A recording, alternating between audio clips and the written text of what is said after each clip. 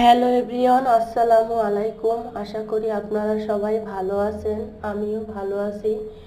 তো আজকে চলে আসলাম একটি আচারের রেসিপি নিয়ে। তো আজকে আমি বড়ের আচার রেসিপি করব। তো আমি কড়াইতে সরিষার তেল দিয়ে দিলাম, রসুন দিয়ে দিলাম। তো রসুন আর সরিষার তেলটা ভালোভাবে ভেজে নিচ্ছি। তো ভালোভাবে ভাজা হয়ে গেলে আমি বড়ইটা দিয়ে দিচ্ছি, আগে থেকে শুকনো রাখা বড়ইটা, ওই বড়ইটা।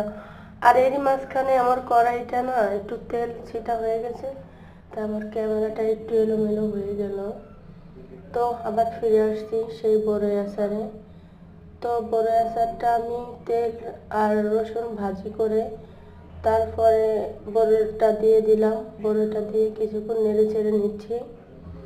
নেড়ে চেড়ে নেওয়া হয়ে গেলে তো কিছুক্ষণের পর আমি আবার সামান্য পরিমাণে হলুদের গুঁড়া দিয়ে দিচ্ছি, সামান্য পরিমাণে মরিচের গুঁড়া, স্বাদ মতো লবণ দিয়ে দিচ্ছি।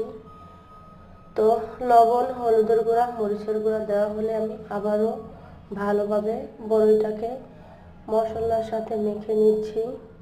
তো আপনারা এইভাবে বড়ির আচার শুকিয়ে বানিয়ে খেতে ট্রাই করবেন। তো বড়ির আচারটা এভাবে ভাজলে খুব মজা হয়। তো আজকে আমার বড়ির আচারটা এভাবে হয়েছে। মাঝে মাঝে আমি কাঁচা বড়ির আচারও বানাই। তো কাঁচা বড়ির এক স্বাদ আর শুকনো বড়ি এক স্বাদ। তো শুকনোটা একটু বেশি দিন লং লাস্টিংও হয়। তো চিনি দিয়ে দিলাম, চিনিটা একটু বেশি পরিমাণে দিলে একটু মিষ্টি হবে। তো বড়ইটা ততটা টক না, টক জাতীয় বড়ই হলে চিনিটা একটু বেশি পরিমাণে দিতে হয়। তো চিনিটা দিয়ে আমি নেড়ে চেড়ে নিচ্ছি। তো এখন আমার বড়িটা একটু আঠালো টাইপের হয়ে গেছে। তো আপনারা এভাবে বড়ির আচার বানিয়ে খেতে চেষ্টা করবেন, খুব ভালো লাগবে। তো আজকে বড়ির আচারের রেসিপিটা কেমন হলো? আপনাদের কাছে যদি আমার ভিডিওগুলো ভালো লেগে থাকে আমার চ্যানেলটাকে সাবস্ক্রাইব করে দিবেন।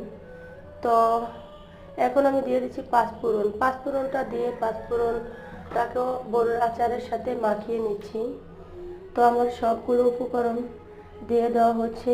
তো এখন আমি বড়িটাকে কিছুক্ষণের জন্য নেড়ে চেড়ে নিচ্ছি। নেড়ে চেড়ে নেওয়া হয়ে গেলে আমার বড়িটা একদম হয়ে আসছে। তো বড়ি আচারটা হয়ে আসার মাঝখানে আমি দিয়ে দিচ্ছি ভিনিগার। তো ভিনিগারটা হইলে একটু টক জাতীয়, আপনারা সামান্য পরিমাণ দিবেন। ভালো